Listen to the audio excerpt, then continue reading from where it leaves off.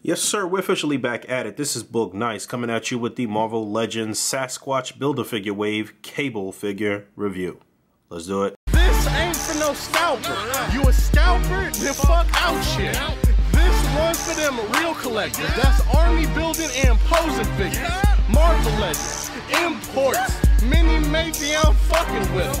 Hype beast we know about. Stay buying figs, don't know about it. 8 figures per case, 7 figures in the wave, no Build-A-Figure part with the 90s red Deadpool. There are 2 red Deadpools per case. You need the remaining 6 figures to complete the Sasquatch Build-A-Figure. Alright, got Cable out of the package, and this is a home run in my opinion from Hasbro. This is a very solid offering. Probably my favorite figure out of the wave so far. He's definitely in the top 2 or 3. I don't really have too many qualms with this guy. I really like this figure. I opened him up last night while I was on the A.C.B.A. podcast. If you haven't checked that out, check it out. We did 3 hours of talking shit. It was a special New York Toy Fair 2018 edition. So Toy Fair is actually running still right now as I record this. It's Saturday through Tuesday, the 17th through the 20th. All right, but anyway, back to Cable. Cable is awesome. I really like this guy. Let's look at his accessories. So he comes with the left leg to complete the Sasquatch Build-A-Figure, and as you can see, I have completed the Sasquatch Build-A-Figure because I was thirsty and I wanted to put them together. So looking at the left leg, and you can see some of the rest of the body on this guy. This is a great Build-A-Figure as well. I'll be looking at him next. I'm going to skip over the gray Deadpool, which I'll show on a size comparison in this video, but no real need to review that figure. But anyway, moving along. And then Cable comes with a few guns. He has this big sort of pulse rifle or cannon or whatever this is. It looks very 90s-esque, and you know, not really too many details in here at all. It's just sort of like a bluish kind of gray, sort of the same hue as the weapons that came with Deathlock, but I do like the design of this. I just wish it had a little more detail. And then he comes with this handgun. I don't know what you would consider this. It kind of resembles like a 357 Magnum or something like that with some extra parts on there. But I guess this can be considered a handgun. And one more smaller gun, which can be actually holstered on his left side. We'll get into that in a second. I think this is the one that can be holstered. Yeah, so again, same thing, same hue of that sort of bluish, sort of gray. And really no detail on these, but I do again like the design of all 3. And there he is holding the largest weapon that he has. He can pretty much hold it with no issue. His finger is actually in the trigger groove. It is a little bit of a challenge to get him to hold it upright, but he can actually hold it with his right hand in the trigger groove and then support the weapon with his left. I'm not going to be able to do it right now on camera, but you get the point. He can hold it, and he can hold it up and sort of aim it. It will be take a bit of posing skill, though, no question about it. But this one can be, I guess you can say, holstered, or it can be attached to his back here. You can see that little peg, so I'll do that. So I think it's meant to be fixed on there in this way with the barrel of the gun going down, but it can actually be attached either way. You can do it this way too, but to me it looks better, and it seems like it's a better fit when you put it facing downward. So that's how I'm gonna display him. I do believe this is the proper way. And then it looks to me like one of the smaller pistols can be holstered, or is supposed to be holstered like this. I would assume that he would reach over with his right hand and pull that out of the holster that way, so it's already facing the proper way. So I'm assuming that this one goes in this way. If I'm wrong, you let me know in the comments, but I think that looks fine. And there's a look at that, and that looks very cool. He's got the one gun in hand, got one behind his back and one in his side holster. And this guy's just clean. He just looks so good in my opinion. So taking a closer look at the deco. And actually, let me read his bio while I mess around with him a little bit. But the bio reads, a powerful mercenary, Cable uses telekinetic abilities and combat expertise to get the job done. If you don't know, this is the 90s look for Cable. I think it is pretty accurate to the comic book, and I do like that they're trying to round out a 90s X-Force team. I guess this piece can be considered accessory as well, because you can pop off the head and take this thing off around his neck. I don't even know what you would call that. I was looking to see if this apparatus here can be removed too. As you can see, it is a soft, sort of pliable plastic, but I don't see anywhere on here where you can like unstrap it. I guess you could probably just X-Acto knife it and take it off if you really wanted to, but the way that it's fixed here doesn't really hinder his articulation too much. You can see his sort of cybernetic arm there, and the gloves, and the pants. His lower legs is obviously the same legs that we got on Nuke, and the boots and everything looks very good. He looks combat ready. They did do some nice weathering and some nice dry brushing here on the pouches, and all of these pouches here.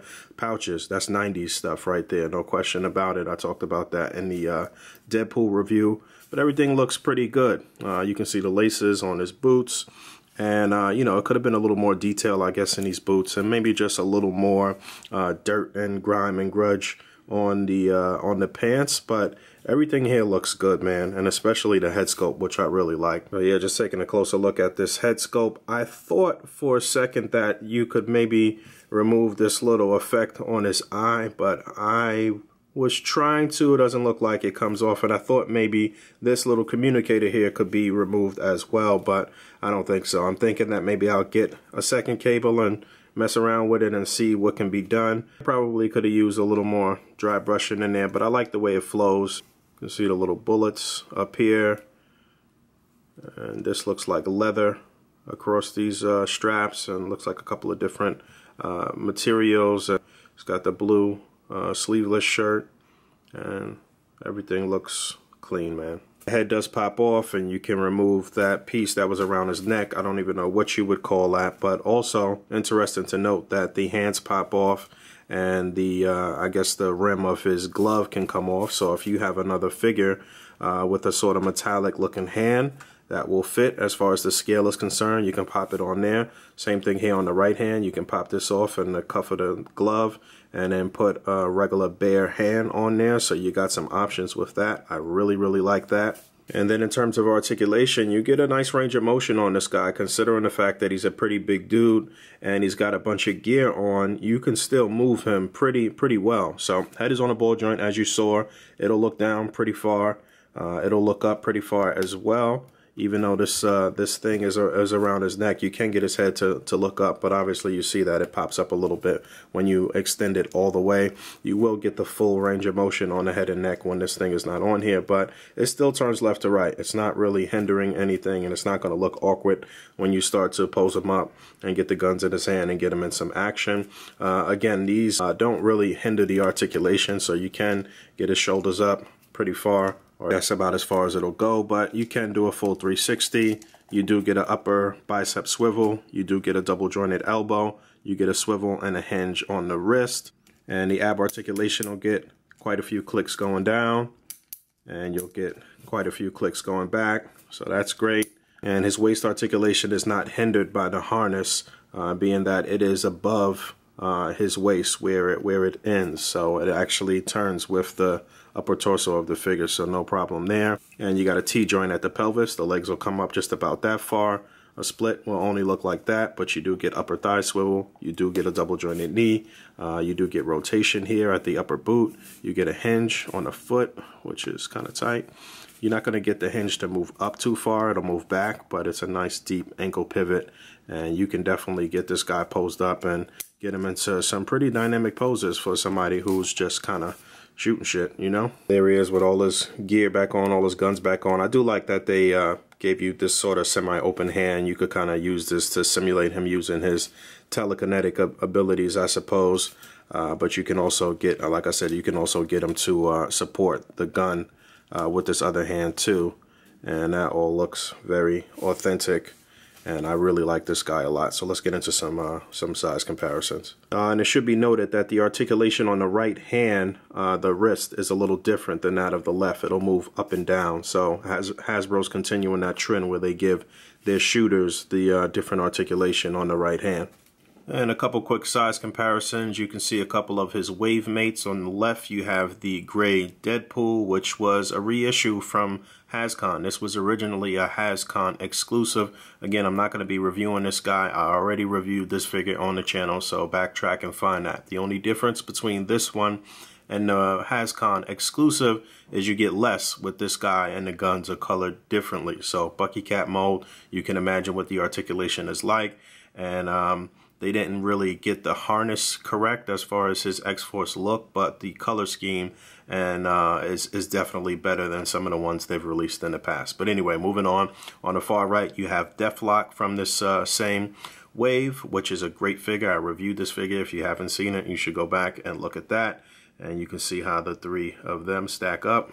And then you have the Juggernaut Build-A-Figure Wave Wolverine figure here.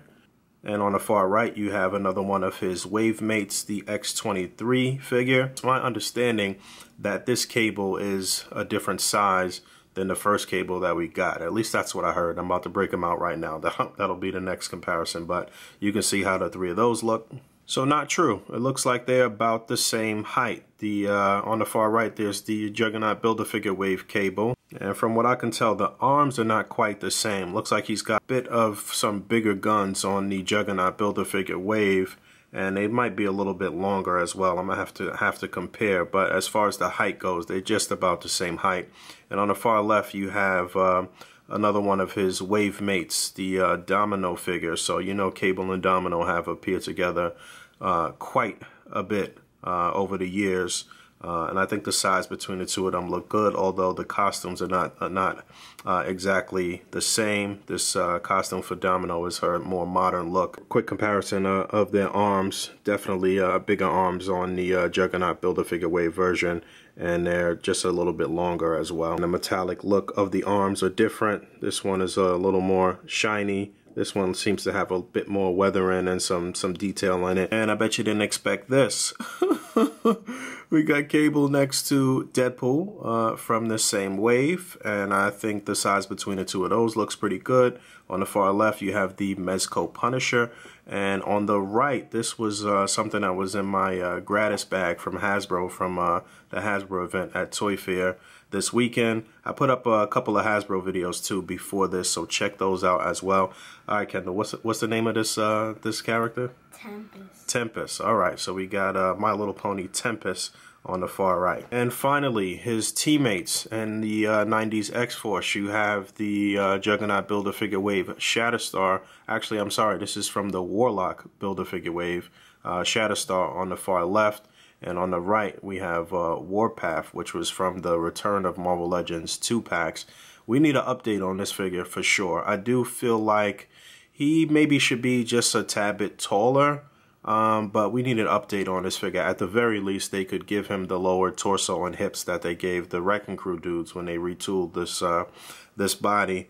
But I'd like to see them give us a new Warpath. And I really didn't like the buck that they used for Shatterstar here. I wish they would have used one of the more articulated bucks or did something different. But these guys all match up in the proper costumes, and we still need quite a few characters to complete our 90s X-Force team. I hope Hasbro continues on that trend and continues to flesh out this squad. And yes, you can swap the heads between the two cables. Much tighter fit with the 90s head on the Juggernaut Build-A-Figure Wave body. This one's a little loose. I really don't know why you would want to swap the heads, because I mean it's totally different looks, totally different era and time for Cable. And yeah, but you can do that. And I don't think I ever did this with the Juggernaut Build-A-Figure Wave head on Strife. I'll get a size comparison going in a second, but that works too. And that also works. I mean, you can move his head left to right, but you're not going to really get it to move up or down too much. So you would have to take this little communicator off, and I guess you could probably leave the effect on his eye. And there he is next to himself, to Strife on the far right, and they're about the same height, so I think that works out okay. I don't know, I feel like Strife should be a little taller for whatever reason, even though they're supposed to be clones of each other or the same person, or I don't remember how the storyline goes. But it looks like the arms that they use for Strife are the same ones that they may have used for Cable here. Don't quote me on that. And then on the far left, we have the old Toy Biz Apocalypse figure. So we're going to be getting a new Apocalypse figure. They showed the actual figure at Toy Fair this weekend. Check out the other videos on my channel. I've been saying that in every video. A lot of people complaining about the size of that new Apocalypse, myself included. I do think the new one that's coming out should be a little taller. This one was very girthy. It was very wide. It was a very thick figure, a lot of plastic on this one, and he probably could have been a bit taller too. But yeah, about to get out of here. Thanks for hanging out. I want you to check the description below for two things in particular. One, there's a GoFundMe going for my man Derek Barecki. So click the link and check that out. You can donate directly to that GoFundMe, but we're also giving away or doing a drawing for this full wave, the Sasquatch Build-A-Figure wave, the 7 figures you need to complete. Sasquatch on card, you can win that set for as little as $6, and the proceeds from that drawing are going to go to my man Derek's GoFundMe as well. So you can donate directly to the GoFundMe and into the drawing, or just donate directly to the GoFundMe. If you're going to do one, I would prefer you just go ahead and donate directly to the GoFundMe, but it is a cool opportunity for you to maybe win this set for as little as $6. All right, so I got to get out of here. I'm heading back to Toy Fair right now to get up with DC Collectibles and Diamond and DC Collectibles. So look out for more videos throughout the next 24-48 hours. As always, rate, comment, and subscribe. And until next time, peace.